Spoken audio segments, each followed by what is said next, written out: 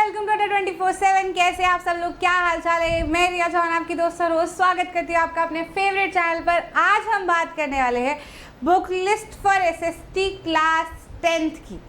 आज आपको ये सबसे बड़ी चीज़ जो आज मैं कहने जा रही हूँ, सेम चीज़ मैं आपको साल के आखिरी में जब आपके पेपर शुरू होने वाले रहेंगे उसके अराउंड 1 महीने पहले भी कहते हुए मिलूंगी एज अ रिमाइंडर।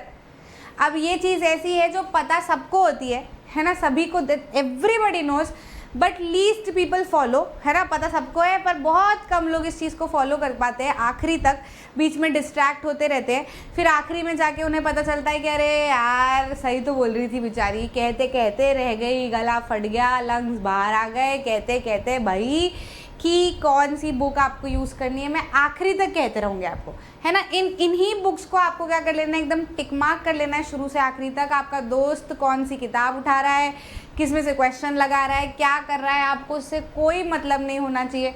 आपकी किताब आपके हाथ में जो रहेंगी वो ये रहेंगी। हिस्ट्री के लिए आपको ये वाली बुक रखनी है, आपकी हिस्ट्री की NCERT जिसका नाम है India in the contemporary world.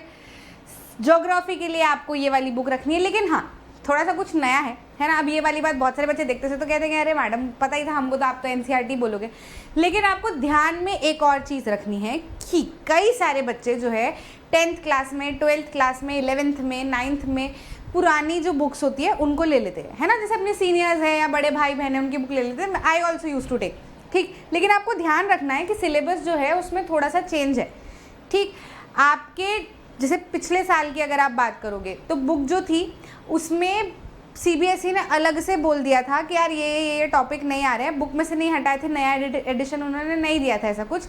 लेकिन इस बार उन्होंने वो जो टॉपिक्स नहीं आने थे ना उनको बुक में से ही हटा दिए, है ना। मतलब जैसे कोई पर्टिकुलर चैप्टर है, जैसे रिसोर्स एंड डेवलपमेंट वाला चैप्टर है, उसमें से अगर कुछ नहीं आना है तो उन्होंने वो बुक में से ही हटा दिया है, नई अगर बुक आप परचेज करोगे तो। लेकिन पुरानी आप बुक परचेज करोगे ना तो आपको उसके अंदर वो टॉपिक दिखेंगे, ठीक है। तो आपको ध्यान रखना है कि कौन से टॉपिक पढ़ने हैं, कौन से टॉपिक छोड़ देने हैं अगर आप पुरानी बुक ले रहे हो तो। और अगर आप नई बुक ले रहे हो तो फिर तो आपको कोई दिक्कत ही नहीं है, जो जैसा जैसा मेंशन्ड है वो आप करते चलना। क्लियर है, बात समझ में आ रही है। तो प्लीज़ आप एक बार सिलेबस के ऊपर मैंने आपको वीडियो बना दी है, मैं लाइव आ चुकी थी, मैंने पूरा सिलेबस एंड अप्रोच आपको बताया था क्लास 10th SST का। फिर भी अगर आपको कोई डाउट समस्या है तो CBSE कभी भी दिन में, रात में, कभी भी एग्जाम तक आप CBSE के वेबसाइट पर जा सकते हो। गूगल पे आपको सीधे सीधे लिखना है syllabus of class 10th SST, बस ईयर डाल देना, जो आपका ये वाला ईयर है 2023 से 24 वाला, ये ईयर ज़रूर से डाल देना। तो पहली लिंक आपको CBSE एकेडमिक वाली आएगी, उस पर आप जाओगे, SST का सिलेबस खुल जाएगा। तो शुरुआत में आपको 9th दिखेगा और नीचे नीचे जाओगे तो आपको 10th का सिलेबस आ जाएगा। तो उसमें बताया हुआ है कि किस में से क्या क्या चीज़ें हटाई गई, है ना। साथ ही में कुछ ऐसे चैप्टर्स हैं जो कि सिर्फ और सिर्फ आपको आपके पीरियोडिक टेस्ट में आएंगे, है ना। कुछ चैप्टर्स के ऐसे टॉपिक्स हैं जो कि आपको पीरियोडिक टेस्ट में आएंगे या फिर वो इंटरडिसिप्लिनरी टेस्ट के अंदर उन्होंने दे दिए और प्रोजेक्ट के अंदर उन्होंने दे दिया। और कुछ 1-2 टॉपिक है जो बोर्ड एग्जाम के लिए आएंगे, उनका आपको ध्यान दे लेना है। वो CBSE का जो सिलेबस है, CBSE ने जो प्रोवाइड किया है वो मैं आपको ऑलरेडी बता चुकी हूँ। तो प्लीज़ इन चीज़ों का आपको ज़रूर से ध्यान दे देना है। हिस्ट्री के लिए ये बुक, ज्योग्राफी के लिए ये बुक, इकोनॉमिक्स और सिविक्स के लिए आपकी ये वाली बुक्स रहेंगी। इनके अलावा प्लीज़ हाथ जोड़ के विनती है मेरी आपसे, कोई और बुक रेफ़र मत करना। अब आप बोलोगे मैम क्वेश्चन के लिए तो बुक्स देखनी पड़ेगी, मत देखना, प्रीवियस ईयर क्वेश्चन देखना। मैं आपको बता दे रही हूँ, इस बार भी मैंने एग्ज़ाम के 1 दिन पहले मैंने बच्चों को सब मना कर दिया था तुम कहीं से भी क्वेश्चन मत करो, सिर्फ मैं जो क्वेश्चन करवा रही हूँ उन क्वेश्चंस को कर लो। साथ ही साथ में हर एक अपना अप्रोच ही ऐसा रखो कि हर एक पैराग्राफ वाइज, जैसे शुरुआत में तो आप क्या करते हो NCERT की लाइन बाय लाइन रीडिंग लगाते हो, लेकिन by the end of exam आपको बहुत सारी चीज़ें दिमाग में रह जाती है, तो फिर आपको लाइन बाय लाइन पढ़ने की ज़रूरत नहीं पड़ती ना। आपको अपना अप्रोच क्या रखना रहेगा, सिर्फ कि इस टॉपिक में से ये चैप्टर है, ये बुक है, इसका ये चैप्टर है, इसमें पहला टॉपिक ये है, अब इस टॉपिक में से क्या मैक्स टू मैक्स क्वेश्चन बन सकता है वो खुद से क्रिएट करो, उसका आंसर अपनी उंगलियों पे काउंट करो कि ये पॉइंट, ये पॉइंट, ये पॉइंट, ये हिंदी में बोल के, बस इतना आपने कर लिया। आपने सारी बुक के क्वेश्चन लगा लिए ये समझ लो, आपने सारे प्रीवियस ईयर के क्वेश्चन लगा लिए ये समझ लो। स्टिल प्रीवियस ईयर क्वेश्चन हम नहीं छोड़ेंगे, जो आपकी एग्जाम रहेगी उसके 1 दिन पहले भी इस बार मैंने पिछले 10 सालों के प्रीवियस ईयर क्वेश्चंस बच्चों को कराए थे। मतलब पूरा का पूरा पेपर मैंने लाइव सॉल्व करवाया था।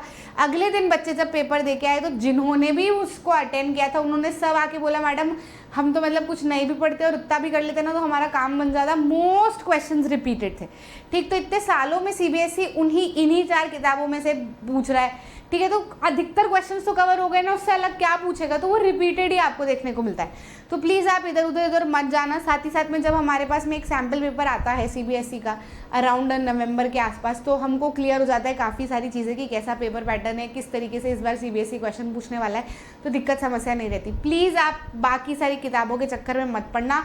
कोई भी कुछ भी आपको लेने की ज़रूरत नहीं है, आपको सिर्फ प्रीवियस ईयर क्वेश्चन करना है। पहली बार में रीडिंग लगा लेनी है इन एनसीईआरटीज़ की, फिर टॉपिक वाइज देख लेना है 10-12 बार कि भाई किस पैराग्राफ से क्या क्वेश्चन मैक्स टू मैक्स पूछा जा सकता है, खुद का दिमाग लगाओ। और मैं तो जब आपको वन शॉट कराती हूँ तब मैं खुद ही आपको बता देती हूँ कि देखो ये टॉपिक हमने पहला कंप्लीट किया, इसमें से ये क्वेश्चन पूछा जा सकता है, आंसर आपके स्लाइड्स में लिखा होता है, स्लाइड इसी तरीके से बनी हुई होती है, तो आपको बिल्कुल प्रॉब्लम नहीं आती, सब क्वेश्चंस आपके कवर हो जाते हैं।